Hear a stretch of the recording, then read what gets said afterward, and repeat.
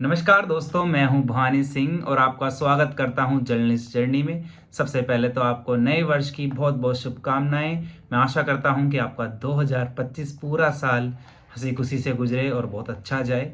आज है 17 जनवरी और आज मैं जाने वाला हूं द ढूंढा टॉक शो में, जो कि ऑर्गेनाइज करवा रही है Poornima institution of engineering and technology. तो उस इवेंट में होने वाला है डिबेट कंपटीशन, आशु भाषण competition, reel making competition, AI and technology competition, folk song, ऐसे अन्य प्रकार के कंपटीशन होने वाले हैं। ये 2 दिन का इवेंट होने वाला है, 17 और 18 जनवरी का, जो मैं इस वीडियो में पूरी वीडियो में कवर करने जा रहा हूँ।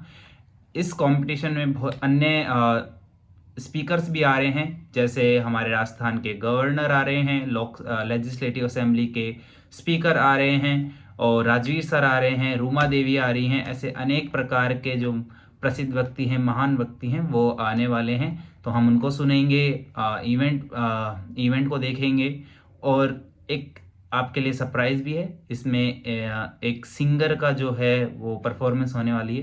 तो मैंने भी पार्टिसिपेट किया है आशु भाषण और डिबेट कंपटीशन में। तो देखते हैं किस तरीके का रहता है हमारा ये कार्यक्रम। थोड़ी वीडियो लंबी जरूर हो सकती है, लेकिन आपको काफ़ी मज़ा आएगा, बहुत कुछ सीखने को मिलेगा। तो चलते हैं द ढूंढा talk show present by the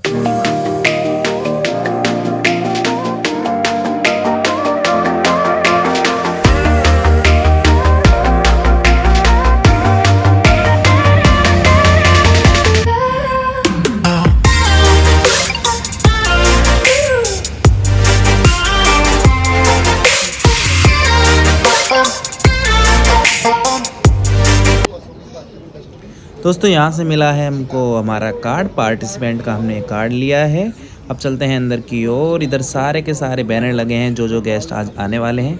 special guest है राजस्थान के गवर्नर राजवीर सर और हमारे राजस्थान के स्पीकर। तो अब चलते हैं डायरेक्ट सेमिनार हॉल, जहाँ पर चल रहा है आशु भाषण। जो मेरा राष्ट्र है वो पहले क्या था, अब पहले क्या था वो तो हमको पता है, पर जिस प्रकार जो मेरी विचारधारा रही इस पूरे आशु भाषण के अंदर, तो मैंने ये कोशिश करी कि आगे किस तरीके से हम हमारे राष्ट्र को देखते हैं। तो मैंने इसको विकसित भारत या फिर विकास से जोड़ा, डेवलपमेंट से जोड़ा। तो ये मेरा विचार था इस पे। राष्ट्रीयता सर पहचान है, पर इस पे मैंने जो बोला वो मेरी विचार। मैं समस्त गुरुजनों के चरणों में प्रणाम करता हूँ। मेरा नाम हरीश शर्मा है। मैं केंद्रीय संस्कृत विश्वविद्यालय जयपुर परिसर से आया हूँ और आज मुझे यहाँ बोलने का जो अवसर मिला है वो विश्व गुरु पर है। विश्व गुरु भारत। आज हमारे मन में ये विचारधाराएं होती हैं कि भारत विश्व गुरु की तरफ कब आगे बढ़ेगा। विश्व गुरु यानी कि अपने एक अभिष्ट पहचान भारत कब स्थापित करेगा और विश्व यानी समस्त देशों में हमारे यहाँ की ऋषि मुनियों की परंपरा वहाँ लागू हो, हमारे यहाँ देश की विचारधारा वहाँ लागू हो और विश्व के स्तर पर भारत आगे बढ़े, इस दिशा में आज हम सबका प्रयास रहता है।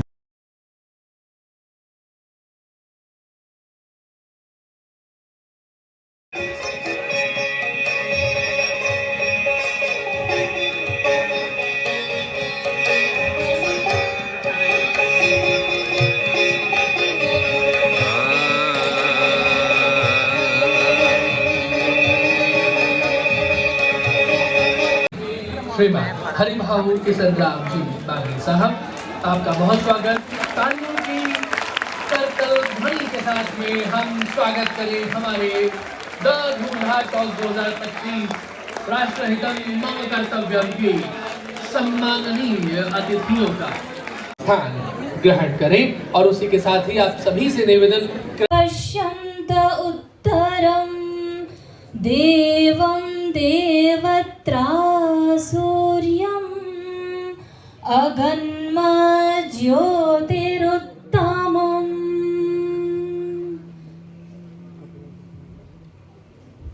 की जय, शिवा सरदार की जय, राणा प्रताप की और आज राजस्थान की धरती पर वो शिवा और मुराना ये दोनों एक साथ हैं, क्योंकि हमारे माननीय राज्यपाल महोदय आप महाराष्ट्र से हैं। छत्रपति शिवाजी महाराज जी की वो धरती जहाँ हिंदवी स्वराज्य की परिकल्पना साकार होती है, और वो एक ऐसी धरती जो राजस्थान की धरती है जिसके बारे में कहते हैं कि उस दौर में मुगलों से लड़ने वाला सामाजिक क्षेत्र हो, सांस्कृतिक क्षेत्र हो, शिक्षा का क्षेत्र हो, अर्थनीति हो, पर्यावरण हो, विदेश नीति हो, इतना ही नहीं तो युद्ध नीति हो। हमको मालूम है हमारे यहाँ पर अध्यात्म आधारित ही हमारा जीवन क्रम रहा है। इसके अनेक उदाहरण हमको कथा कहानी के द्वारा मिलते हैं।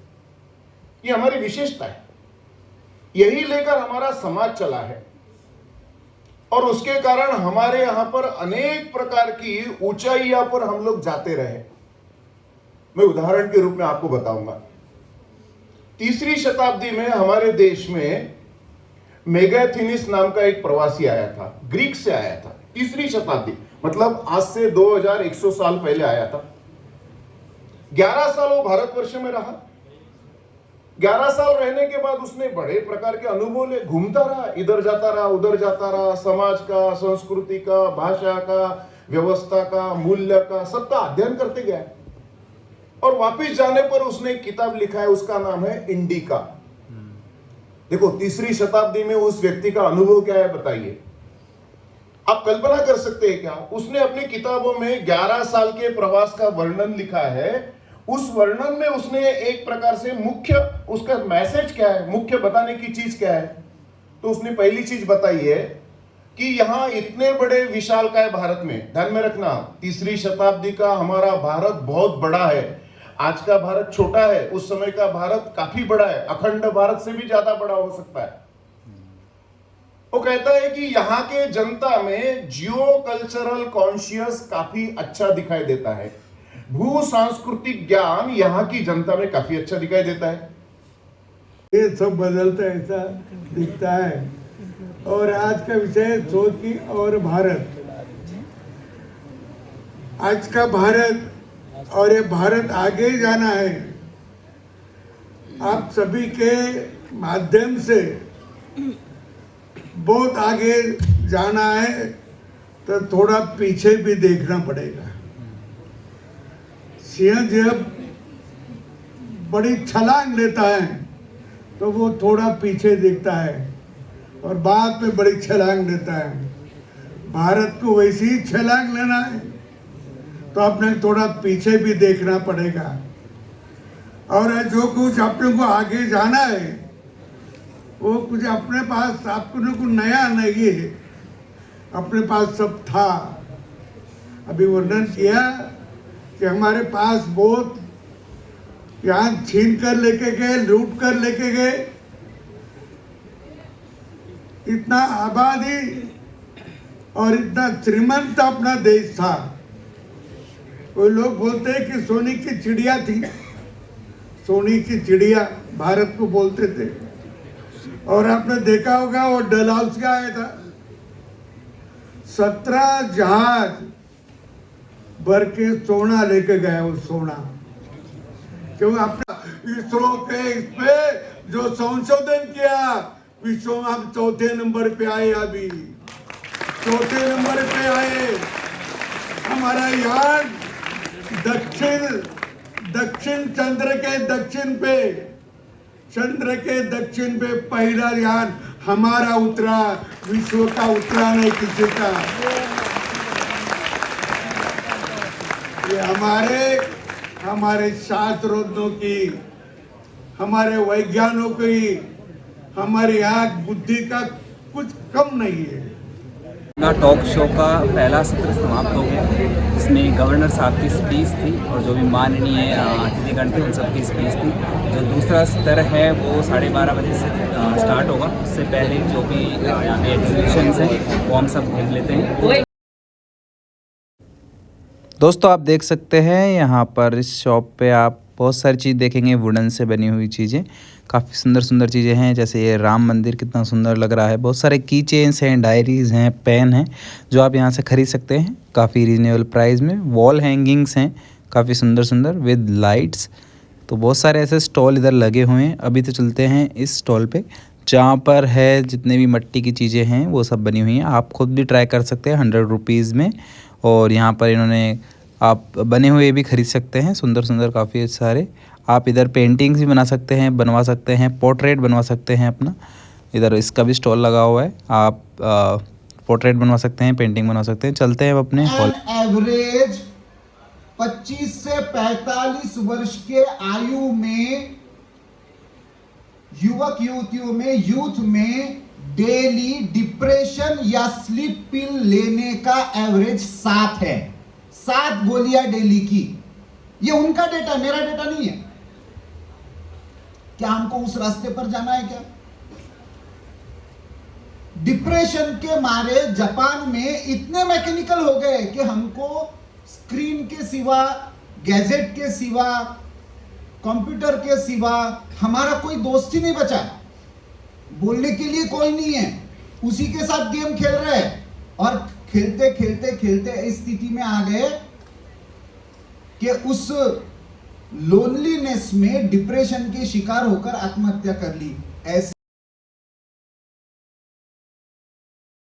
घोड़ा रा असवार मारा मेवाड़ी सरदार राणा सुनता ही जा ज्यों जी, मेवाड़ी राणा सुनता ही जा ज्यों जी। राणा थारी डकार सुन सुन अकबर दूजो जाए, राणा थारी डकार सुन सुन अकबर दूजो जाए। हल्दी काटी रंगी खून सुनाड़ो बहतू जाए, चाली मेवाड़ी तलवार बह गया खूनारा खंगाल राणा सुनता ही जा ज्यों जी, मेवाड़ी राणा सुनता ही जा ज्यों जी। चेतक चढ़ गयो हाथी पर और मान सिंह घबराए, चेतक चढ़ गयो हाथी पर और मान सिंह घबराए। बालो फेंक्यो महाराणा जद अहदो टूट्यो जाए, और रण में घमासान मच जाए बेरी रणसू।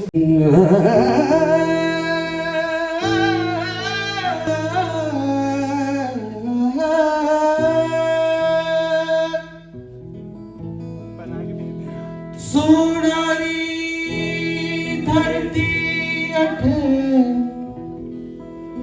और चांदनी रो आसमान, रंग रंगीलो रस भरो मारो प्यार राजस्थान। केसरिया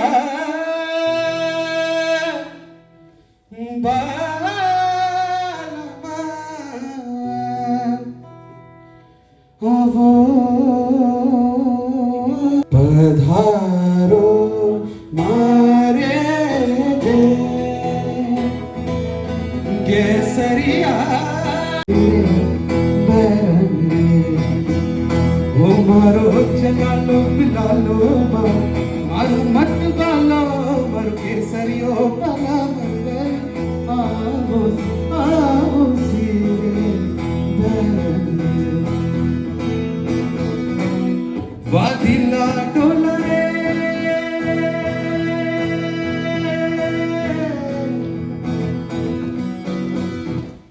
वादिला डोला रे। मैं तो कोयलड़ी रे बन जाऊं, वादिला डोला रे।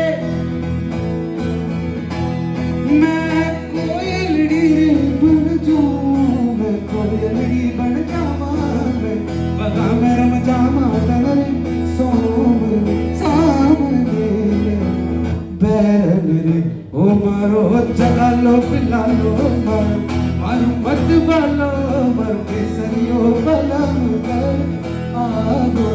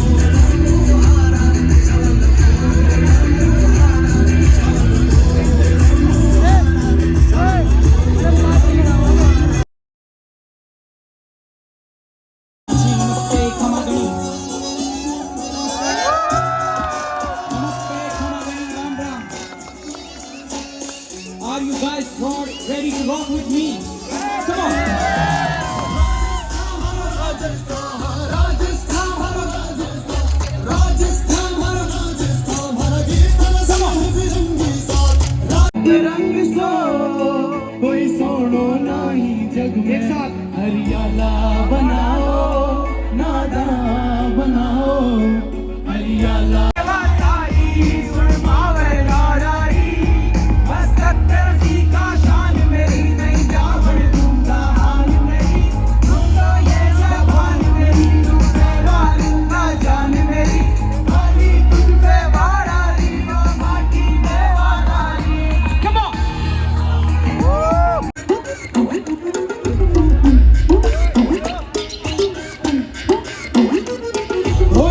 पधारो साकीरा पीरा माटीरा है घाट भी ऊंट सवारीरा हो जपना में कृष्ण मुरारीरा देश पधारो साकीरा पीरा माटीरा है घाट भी ऊंट सवारीरा हो जपना में कृष्ण मुरारीरा हो हिबड़े में हिबड़े में हिबड़े हिबड़े में हिबड़े में हिबड़े हिबड़े में हिबड़े में हिबड़े हिबड़े में दिखाना हिबड़े में हिबड़े में हिबड़े जिबड़े में जिबड़े में जिबड़े हिड़ने उड़ने सपने। इतने सारे तालाब बनाए। नागौर जिले में आज भी कई सारे ऐसे गांव हैं जो पूरा पानी तालाब से पीते हैं। कितना अच्छा पानी होता है, वो शुद्ध पानी होता है। वहां पर बहुत दूर दूर तक कोई चप्पल जूते लेकर के नहीं जाता।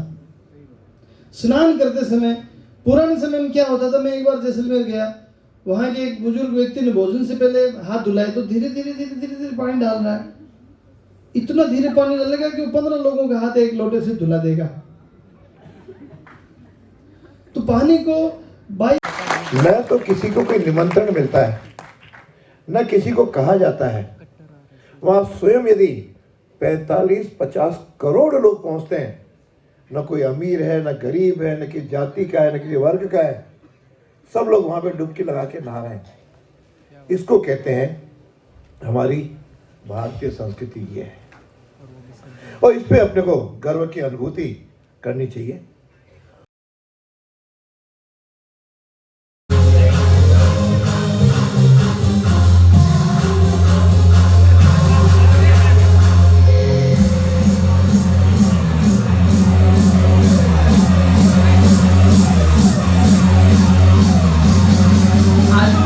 प्रथम स्थान प्राप्त किया है Bhavani Singh from JCRT college.